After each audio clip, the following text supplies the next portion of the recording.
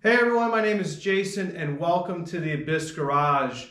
And this is mock to start on the Shovelhead. If you guys happen to catch my last video, you can see me going over the 73 Shovelhead itself, talking briefly about the bike, the drivetrain, specifically the engine, and all the parts that came with it. So for today's video, as in mock to start, the purpose is to start taking all these parts that came in the Tupperware or the large Rubbermaid containers, put them on the bike, get it to the point where I can try and start it. So let's get started.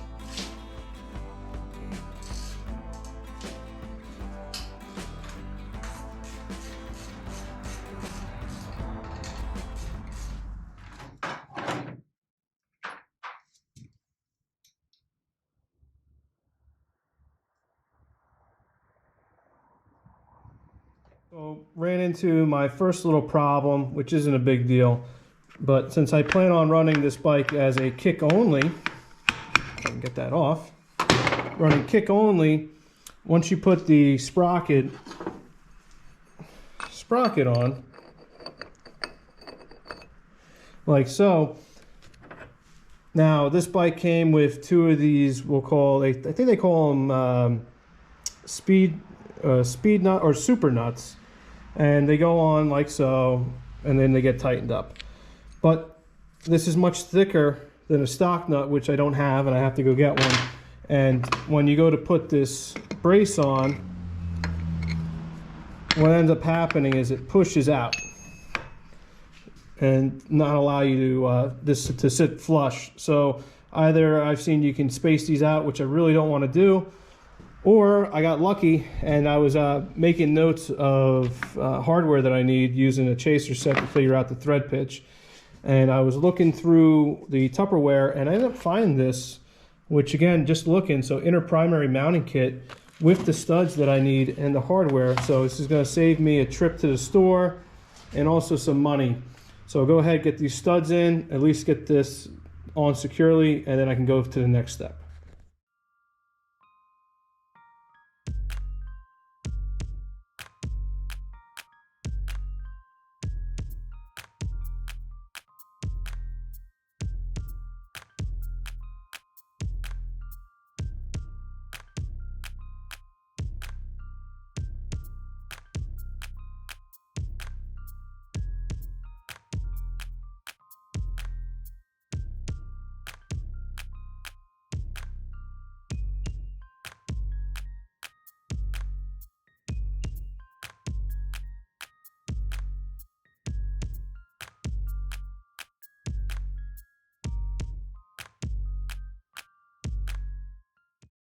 Okay, so here we are. As you can see in the last clip, I was using sandpaper, various grits to sand this down. This was surface coated with, the surface rust. You can still see there is some grooving. from the clutch itself. I could take it down further, but I think it's good enough. Good enough for now, I should say. So if you slide this on here, no binding at all, so I'm happy about that.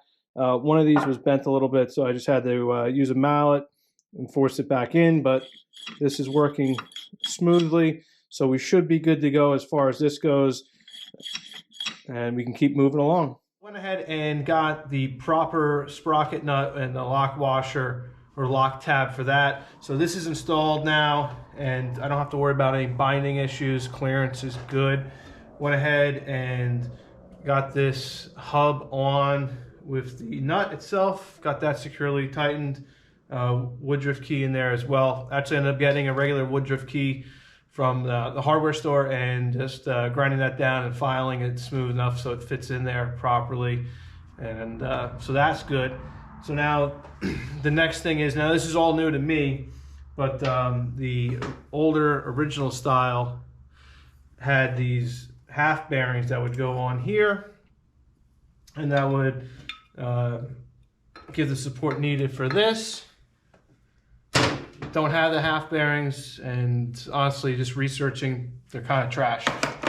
So I have like multiples bags and needles everywhere, but they go to this big needle kit, which is just a long needle itself that sits on here and goes all the way around. So now go ahead, put this on, get a couple in. For that, I'm just using some heavy duty transmission oil. You're supposed to use assembly grease, which I'll end up getting that for when it comes time to blow this all apart. But just for the meantime, I'll use a little oil to make sure it doesn't fall off. Thought about waterproof grease or like wheel bearing grease, but that may be too thick for this case. So hopefully a little bit of oil, transmission oil on there, go around, and I'll be able to get this in place.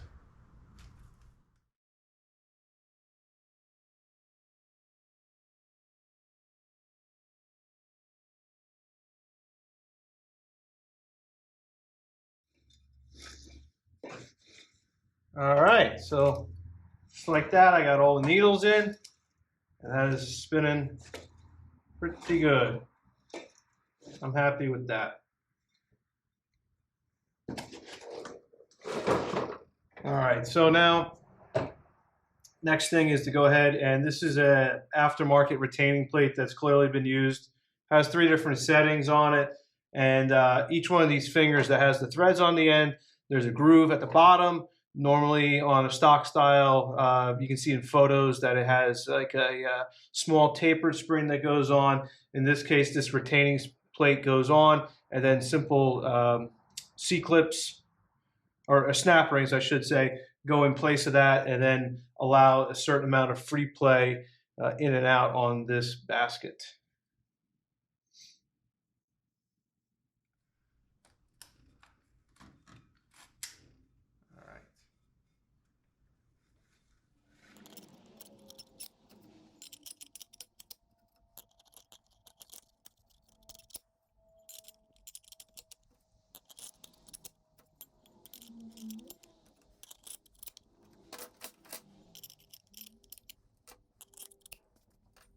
So here we are. Now I have the stock oil tank found on the Shovelhead itself.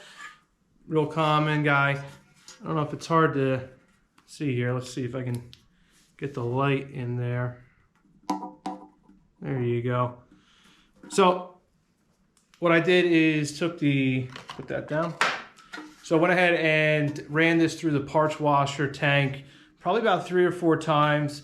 Let it soak in there, swirled it around upside down, the whole 9. Got everything out of there, all the old oil.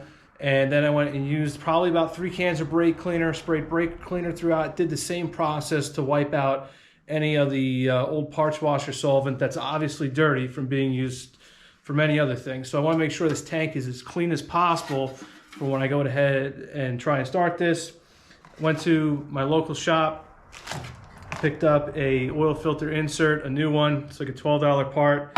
This simply drops right in, cap goes on it. So I'm not taking any chances with this. even though the tank is clean, it's always best to be safe on this. So I'm gonna go ahead now and get this tank suspended in place and get one step closer to try and fire this bike up.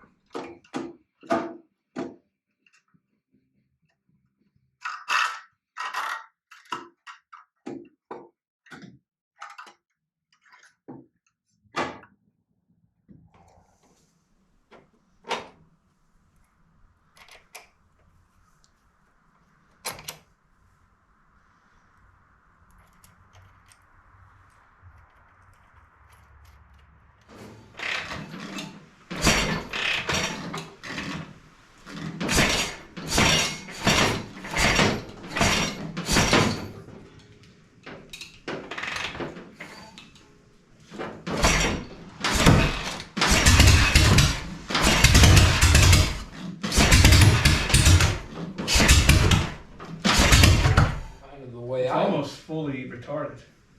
See? Try advancing it a little bit then.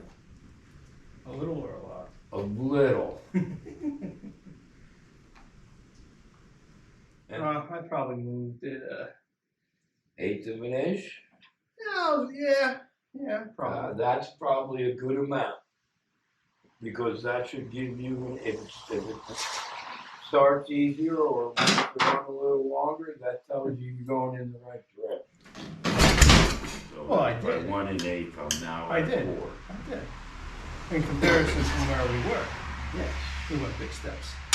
Well,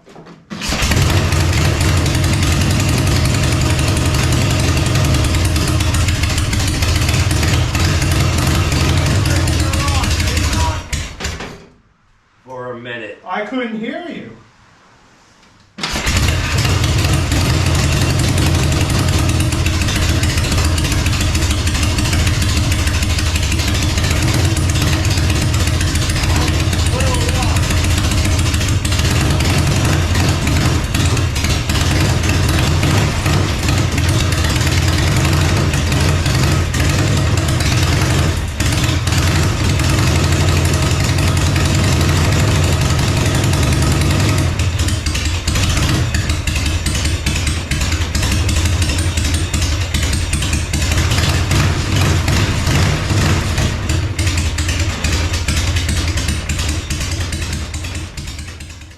So after my stubbornness and a high heart rate, I want to say around 165, I was finally able to get this Shovelhead running.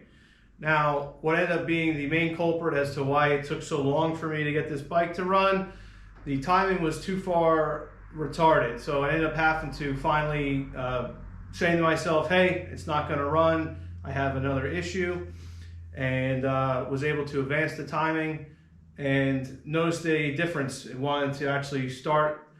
Even, you know, either way, the enrichener was on. So advanced the timing, she wanted to start, advanced it a little bit more, and she runs.